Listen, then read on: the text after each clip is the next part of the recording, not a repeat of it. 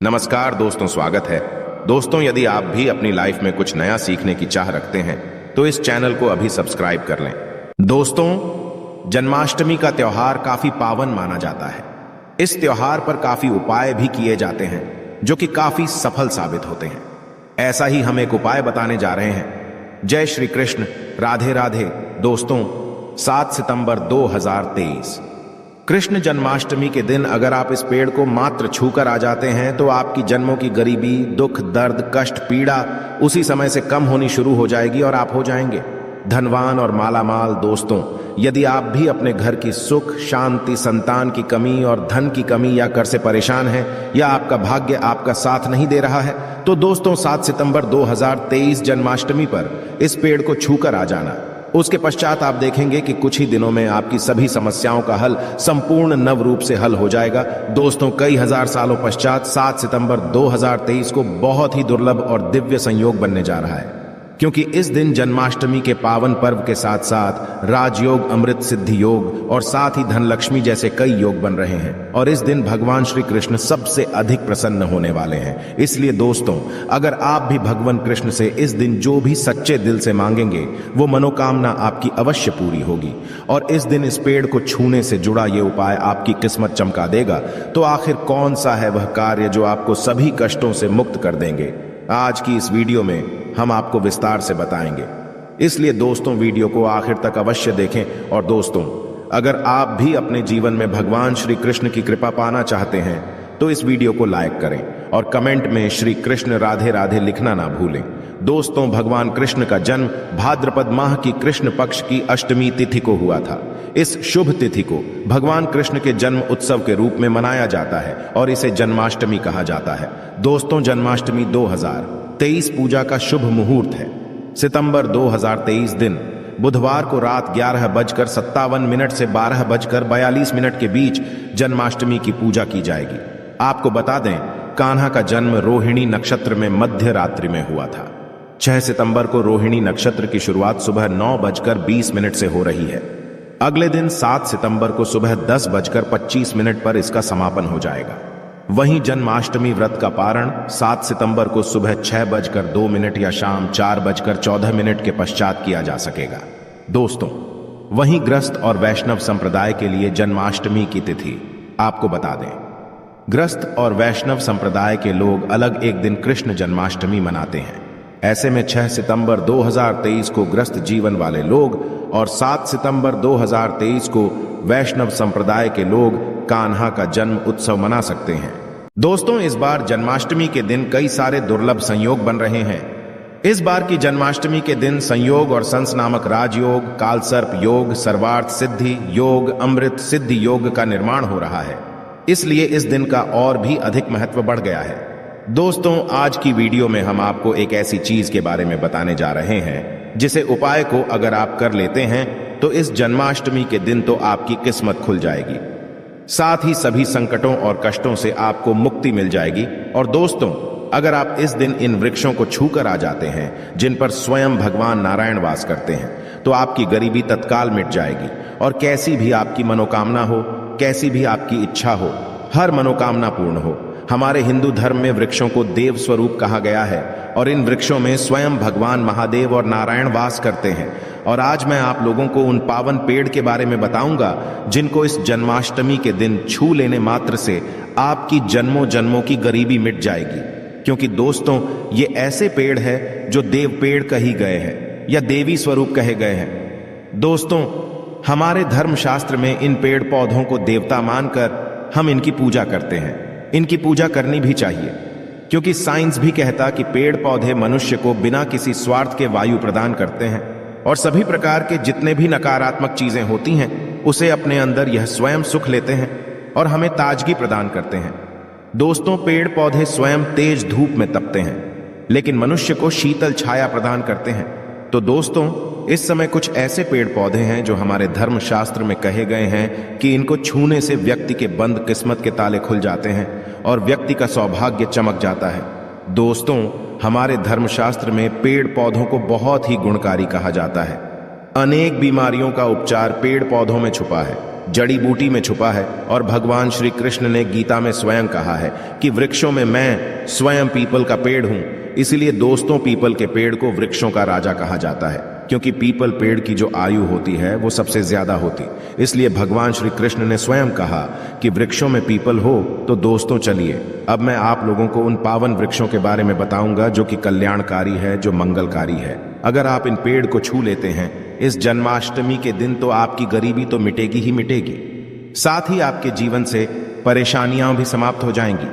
क्योंकि यह जो पेड़ पौधे हैं या चेतना युक्त हो जाते हैं, यानी कि इस दिन इनमें चेतना आ जाती है। और जन्माष्टमी दिन स्वयं भगवान विष्णु जी इन वृक्षों में वास करते हैं। इस वजह से इनमें शक्ति आ जाती है और यह पेड़ पौधे जागृत अवस्था में आ जाते हैं। दोस्तों, इस समय इन पेड़ पौधों को मात्र जाकर छूटे, खास करके जो देवी स्वरूप कहे गए हैं, यानी मां लक्ष्मी स्वरूप माने गए हैं, भगवान विष्णु जी के स्वरूप माने गए हैं, तो इन पेड़ पौधों को आप ऐसे छूकर आ जाते हैं तो आपके जीवन की जो परेशानी है, दुख, तकलीफ है, कष्ट रोग बीमारी है, कलह क्लेश है, जीवन में बहुत बड़ी समस्याएं हैं, सब समाप्त हो जाएगी। तो दोस्तों, आज आप लोगों को कुछ ऐसे पेड़ के बारे में बताऊंगा जो देव पेड़ कहे गए हैं। वीडियो को ध्यान से देखना। अगर आज की वीडियो मिस कर दिए तो फिर सारी जिंदगी आपको पछताना पड़ेगा, क्योंकि इस समय जन्माष्टमी का पावन पर्व है और यह एक ऐसा समय होता है जो बहुत ही कल्याणकारी, बहुत ही मंगलकारी दिन होता है। सभी ग्रहों को एकत्रित करके सभी ग्रहों को सपोर्ट दिलाता है, कुंडली को मजबूत कराता, गरीबी को समाप्त करता, और आप अपनी आंखों से देखते हैं गरीबी को मिटाते हुए। दोस्तों, मैं जिन वृक्षों के बारे में बात करने वाला हूं, ये सारे पेड़ आपको आपके घर के आसपास बहुत ही आसानी से मिल जाएंगे। दोस्तों, सबसे पहला जो पेड़ है, जिसे पेड़ के बारे में मैं बात करने वाला हूं, वह है केले का पेड़ जी। हाँ, केले का पेड़ आपके घर के आसपास मिल जाएगा। इसमें स्वयं भगवान विष्णु जी, महालक्ष्मी जी वास करती है। दोस्तों, आपको इसे खासकर दिन, चाहे गुरुवार के दिन हो, किसी भी दिन आप इस पेड़ को छूकर आ जाए तो जीवन के कष्ट मिटाते हैं, तत्काल गरीबी मिटती है और सुख समृद्धि की प्राप्ति होती है। धन वैभव से आपका घर भर जाता है। आपके घर में तेजी से धन आने का स्रोत नजर आने लगते हैं। रुका हुआ व्यापार चलने लगता है। बंद पड़ी किस्मत भी साथ देना शुरू कर देती है और भाग्य आपका 7वें आसमान पर रहता है। बंद किस्मत के ताले खुल जाते हैं। जीवन में सफलता आपको प्राप्त होती है। कार्य क्षेत्र में भी आपको लाभ होता है। तो दोस्तों, आपको केले का पेड़ आसपास मिल जाएगा, तो इस पेड़ को छूकर आ जाए। इसमें स्वयं भगवान श्री विष्णु जी वास करते हैं। केले का पेड़ बहुत ही पावन माना जाता है।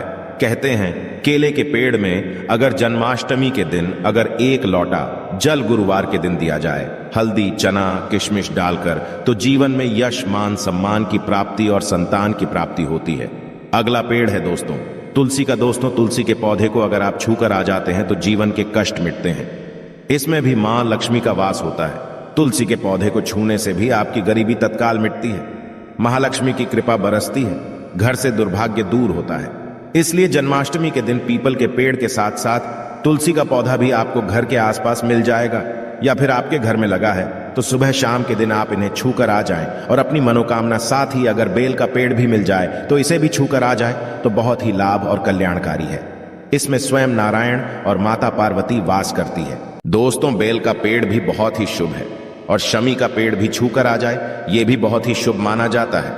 इसमें भी सभी देवी देवता निवास करते हैं। साथ ही साथ नीम का पेड़ या फिर आम का पेड़ भी छूकर आ जाए, गरीबी मिट्टी है। अब अगला पेड़ है दोस्तों पीपल का पेड़। पीपल के पेड़ में स्वयं भगवान नारायण वास करते हैं, स्वयं भगवान विष्णु जी वास करते और मां लक्ष्मी जी वास करती है। तो जन्माष्टमी के दिन आपको पीपल के पेड़ को अवश्य छूकर आ जाना है। सुबह या फिर शाम के समय छूकर आएं, और जब पीपल को आप छुएंगे तो AUM नमो भगवते वासुदेवा, यह इस मंत्र का जाप करते हुए छूना है। अपनी मनोकामना बोलते हुए छोड़ देना है। दोस्तों, जो भी आपकी मनोकामना है, नौकरी को लेकर, बिजनेस, व्यापार को लेकर, धन को लेकर, कार्य को लेकर, संतान को लेकर किसी प्रकार की समस्या, शत्रुओं को लेकर हो, तो आपको बस भगवान विष्णु जी के पेड़ पीपल के सामने ऐसे आपको अनुभव करना है कि वे उपस्थित हैं, प्रकट है, और उन्हीं का स्मरण करते हुए छूकर आ जाना है। तत्काल देखेंगे 24 घंटे के अंदर आपकी मनोकामना पूरी होगी। बाकी आपकी मर्जी। दोस्तों, इतना पावरफुल ये उपाय है कि इसको करने से आपके जीवन के दुर्भाग्य दूर होंगे, कष्ट मिटते हैं, जीवन से गरीबी दूर होती है। दोस्तों, पीपल पेड़ में वैसे तो सभी देवी देवता निवास करते हैं, लेकिन जन्माष्टमी के दिन भगवान विष्णु और मां लक्ष्मी स्वयं निवास करने आती है बैकुंठ लोक से धरती पर। इसीलिए पीपल के पेड़ को अवश्य स्पर्श करके आप अपनी मनोकामना बोल देना, तत्काल आपकी गरीबी मिटेगी। दोस्तों, इस दिन जन्माष्टमी की व्रत कथा भी आपको अवश्य सुननी चाहिए, जिसको सुनने मात्र से आपके सभी रुके हुए कार्य बनने लगेंगे। द्वापर युग में जब पृथ्वी पाप और अत्याचारों के भार से दबने लगी, पृथ्वी गाय का रूप बनाकर सृष्टिकर्ता विधाता ब्रह्मा जी के पास गई। सभी देवता ब्रह्मा जी के पास गए और ब्रह्मा जी को पृथ्वी की दुकान कथा सुनाई। वहां उपस्थित सभी देवताओं ने निर्णय किया कि इस संकट के समाधान हेतु भगवान विष्णु के पास जाएंगे और सभी लोग पृथ्वी को साथ लेकर क्षीर सागर में भगवान विष्णु जी के पास पहुंचे। जहां भगवान विष्णु शिष्य पर शयन कर रहे थे, वहां जाकर सभी देवता गण भगवान विष्णु की स्तुति करने लगे। स्तुति करने भगवान विष्णु के निद्रा भंग हुई। तब विष्णु जी ने सबसे आने का कारण पूछा।